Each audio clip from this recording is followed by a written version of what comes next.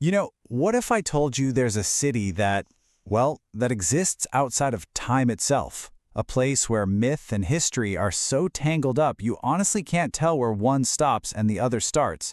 Today, we're going on a journey to Kashi. Just let that sink in for a second. We're not talking about just a place on a map here. This is a philosophy that's lived out loud, right on the streets, where the beginning and the end, they're not opposites. They're partners in this constant sacred dance. And when we say old, we mean ancient. We're talking about a city that was already being written about in texts like the Rig Veda, a living, breathing city that has literally watched empires rise and fall for thousands and thousands of years.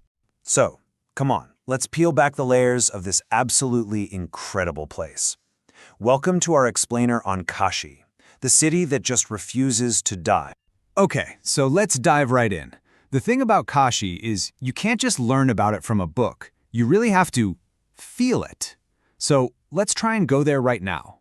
Picture this. You're on the Manikarnika Ghat.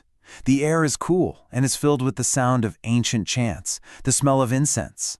This isn't just a riverbank, It's the very heartbeat of a civilization's faith, a place where history feels like it's happening right now. And to really get a handle on just how long Kashi has been around, think about this. It was already an ancient center for learning when Rome was basically just a village. Athens was still figuring things out. It's not just old, it's a city that has been a silent witness to pretty much all of recorded history. But its staying power isn't just about surviving, right? It's about its soul. This city has been a magnet for some of the greatest minds in history. We're talking poets, musicians, philosophers. They all came here, and they all added their voice to its story. So even when empires came and went, this cultural and spiritual core, it could never, ever be stamped out. So, to really understand why Kashi endured, we have to look past the history books and dig into the myths. Because the city's identity, its very essence, is completely inseparable from its divine origins, especially its connection to Lord Shiva. And to get to the core of Kashinita myth, you gotta know this one word, pralaya. In Hindu cosmology, this is the end of the universe, a massive flood or a great fire that just dissolves everything. You can think of it as the ultimate reset button for all of creation. And this is where it gets amazing. This leads to Kashi's most powerful belief, that when Pralaya comes and the universe ends, the city itself won't be destroyed. The story goes that Lord Shiva himself will lift it up on his trident, holding it totally safe above all the chaos. Kashi, in its heart of hearts, is believed to be indestructible. Now, this divine protection comes with a unique spiritual promise. It's believed that to die in Kashi is to achieve moksha, total liberation. The myth says that Shiva himself comes and whispers a sacred mantra to the dying, freeing their soul from the endless cycle of rebirth. I mean, that is the promise that draws people from all over the world to spend their final days here. And this incredible belief, it's not just some abstract story. It's a real, tangible, daily practice. And you can see it nowhere more clearly than on the Ghats. Those steps leading down to the river Ganga, where life, death, and liberation are all playing out every single second of every day. And it's here that you really see the city's central paradox in action. On one side, you have Manikarnika Ghat, the main cremation ground. It's a place of smoke and seriousness, but it's not seen as an end. It's a gateway to freedom.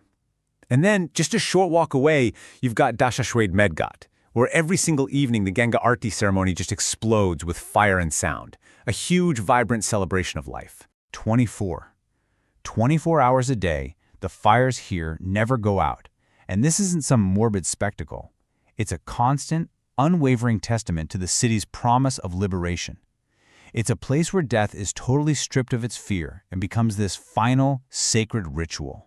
But Kashi is so much more than its grand rituals on the Ghats. To really get to know it, you have to get lost in its ancient narrow lanes, the galleys. So come on, let's take a quick walk. So you're squeezing through this tiny lane, and then suddenly everything just stops. A sacred cow, completely calm and unbothered, has decided to block the path. And nobody gets upset. This is just the rhythm of Kashi. You don't rush it, you flow with it. Now, take a deep breath. The air is this incredible mix of smells.